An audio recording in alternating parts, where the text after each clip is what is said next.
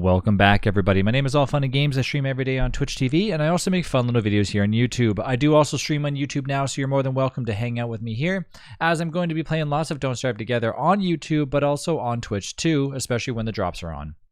Now, let's talk about a few things here. So today I want to kind of discuss about the future of Don't Starve Together. Now, a lot of people have always come to me when I'm streaming and saying, you know, what do you think the next step is? What do you think the next step is? Where do you think the future of Don't Starve Together is going? And also, what do you think the next update is going to be?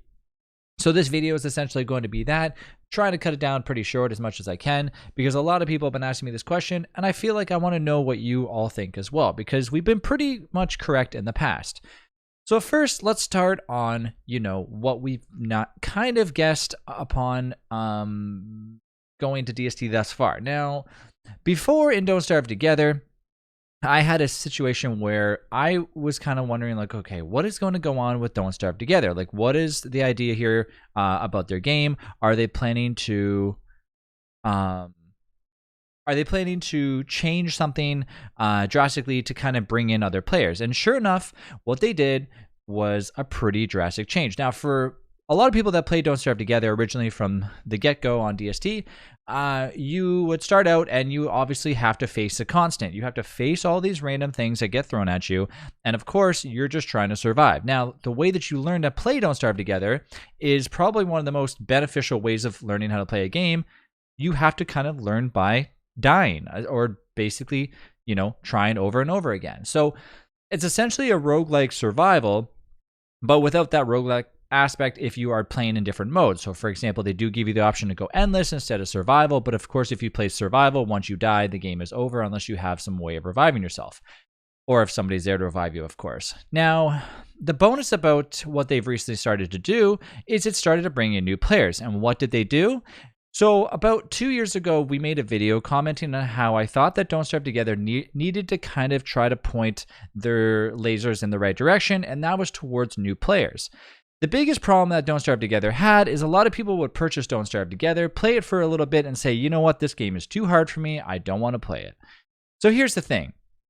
Back then, when we announced it, and I remember making a post on the forums, a lot of people were like, no, the game does not need to be changed, blah, blah, blah, blah, blah. The thing is that the game does not need to be changed to make it easier for new people. The game just needs to have an option for that, or ways for people to kind of, you know, fit in a little bit better, right? So what they did was they made recipes a little bit easier to kind of look at. They made tips and tricks here along the way. They're still doing that. They're making world generation settings a lot easier, which is so nice now. The UI settings are a lot better, although a lot of people didn't like the UI change at first when they changed up the crafting menu.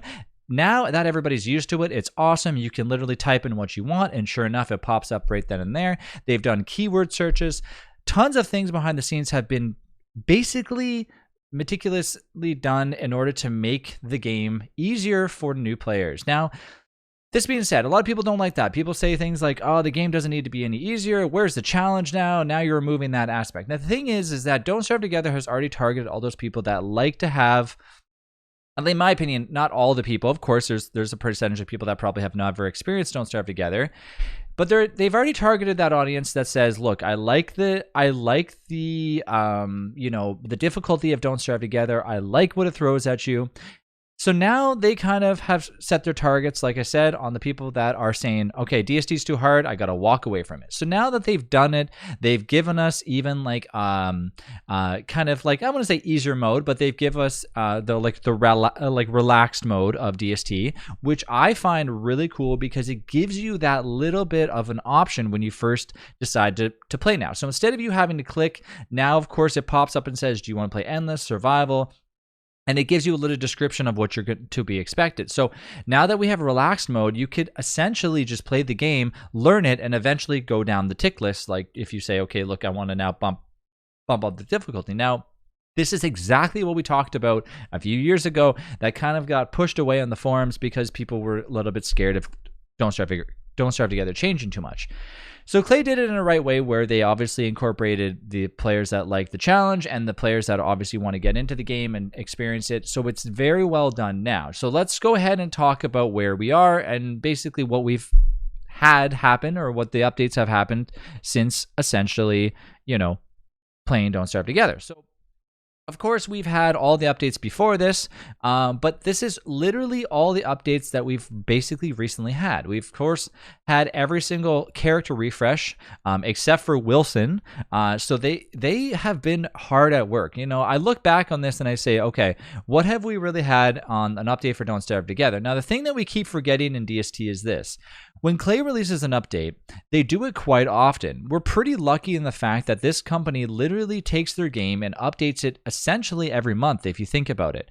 For me, I mean, most games that we really look at, like Minecraft and Core Keeper and a lot of these more like survival games, they generally do an update essentially, big updates, I should say, a few times a year. Now, the thing what Klei does is they obviously give us quite a few updates here and there. So sometimes we look at it and say, oh, wow, you know, this update was really tiny. It wasn't exactly what we expected. But one thing that we keep forgetting about is that it's not about how you know, if they did it differently and they said, hey, you know what, take all this content twice a year. Well, then we would be sitting around going, okay, well, I'm just going to go ahead and wait for the next update. Let's just, you know, see how it goes. And of course, people can run through updates pretty quickly. But if they decide to do it in increments like they have done, now we're getting updates continuously, and it feels like a breath of fresh air every month or so. And I really like what they've done so far, but I do think that they have some stuff behind the scenes going on, and I think it's been confirmed that we know something big is happening to Don't Starve Together. We just don't know what yet. So let's talk about that. I got my coffee ready. If you have your tea or coffee ready as well, let's go ahead, pump away at the comments. I want to know what you think is literally coming to Don't Starve Together. Now, here's the thing. We still have a little bit left of the year. Yes, we still have Christmas time and all of December, but what are we expecting for the rest of the month? Now, this drop or the Maxwell update will end as of next week, which means that leaves a gigantic window for the next update. And what is that going to be? Well, Joe just recently posted on the forums, and I still have some information before of what he was posting. And he says, we've sprinkled in some stuff here and there a bit differently than we expected this year because of getting back into our office after COVID, as well as another special thing I can't yet talk about. Our timing has now become a bit fuzzy.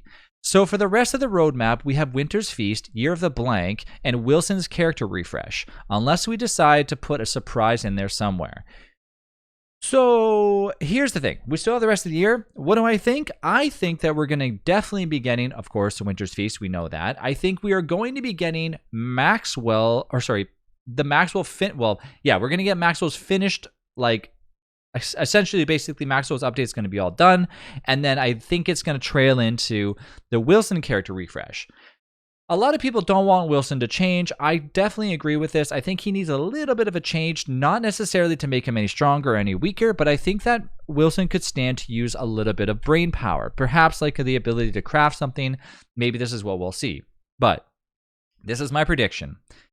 Now, of course, everyone down below in the comments, please post what you think, because I think all ideas are great ideas. It doesn't matter if you're wrong or right. I think just talking about what the next update is, it just brings more hype for it. My guess is that we're going to see Wilson have some sort of special power. He's essentially going to try to find his way out of the constant. Instead, he's going to find his way into a whole other area. So just like before, he goes ahead and he's now thinking, hey, I found my way out of here. The portal is blank. Decides to go through maybe the rift at the near the Monkey Island, or maybe he finds his way into the ancient archives and finds a way of opening the portal and thinking that's a way out, but instead it's into another whole biome. And I think that's where we're going to end up. Now, the talk about this is that people can barely support the overworld and the caves. Now, a lot of computers out there, unfortunately, people post about it all the time on my YouTube videos about how they're always lagging when they have caves enabled.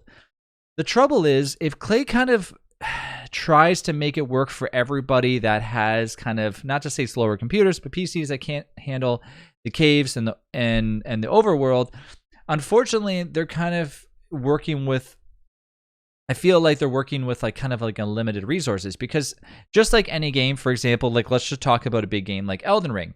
People generally build their computers around new games that are coming out because they know that they want to play those. Klei, on the other hand, has to kind of work with a smaller, not a smaller audience, but an audience that potentially could be trying to work off of a small laptop, a netbook, potentially an older desktop, something like that. Now, when game companies work together, they'd most likely, I'm sure they have some sort of data somewhere, whether it's through Steam, to kind of know the average. I don't know if this is true or not, but I would assume it would.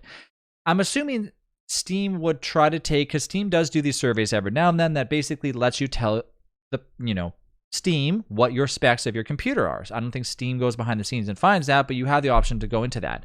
So essentially what that can do is that can then take all that analytics, send it to Klei, and Klei could say the average person is now running an i5 with 8 gigs of RAM and blah, blah, blah, blah, blah.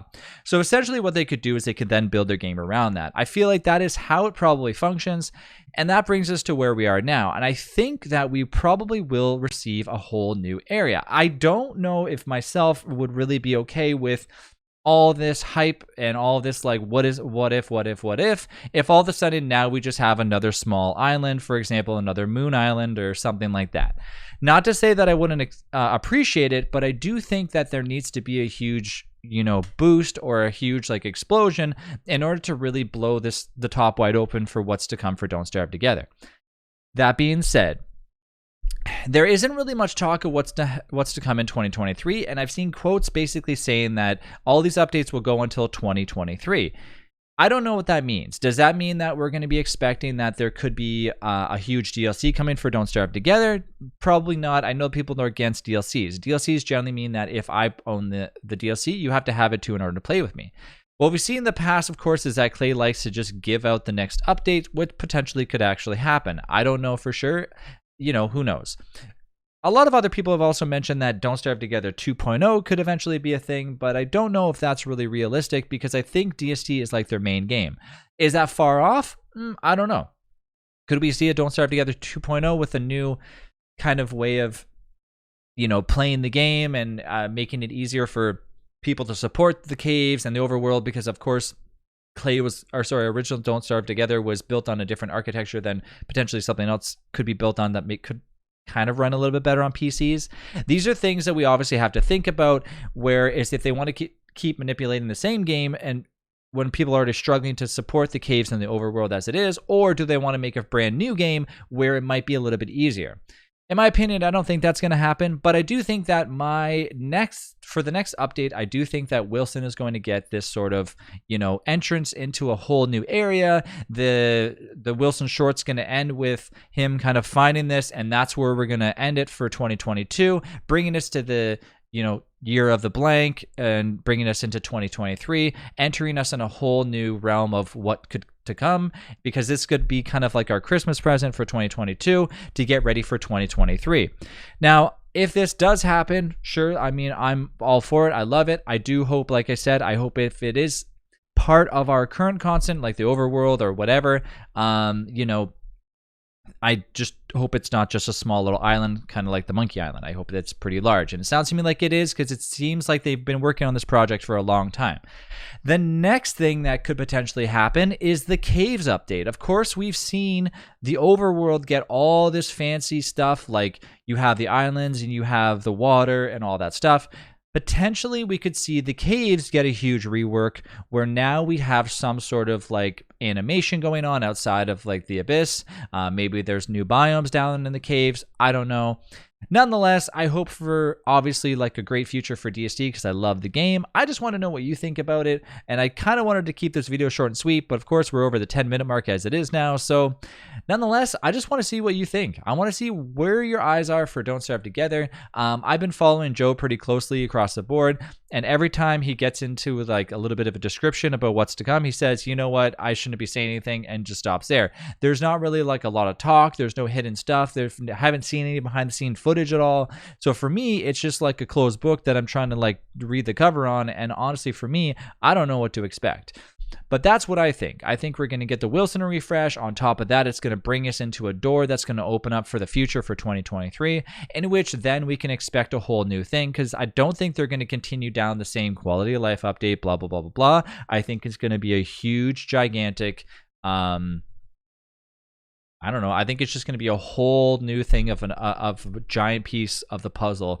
And if it's another shard, because of course the overworld is shard, the cave's a shard, this could be a whole other shard. That would be phenomenal.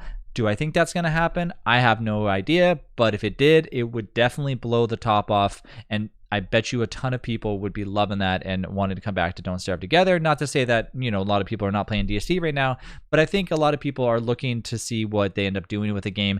And something like that would be essentially the ROG update, which is, you know, what a lot of people obviously fell in love with DST at that point. So, I mean, I think we would just fall back in love with it all over again. So nonetheless, great work so far this year, Klei. I really love everything that you've done. Thank you for giving us creators, you know, a platform to really grow on. So for that, hats off to you. And yeah, I mean, post down below. I can't wait to see what everyone thinks the next few updates are going to come out with. But yeah, thanks again for watching, and I'll see you in the next one.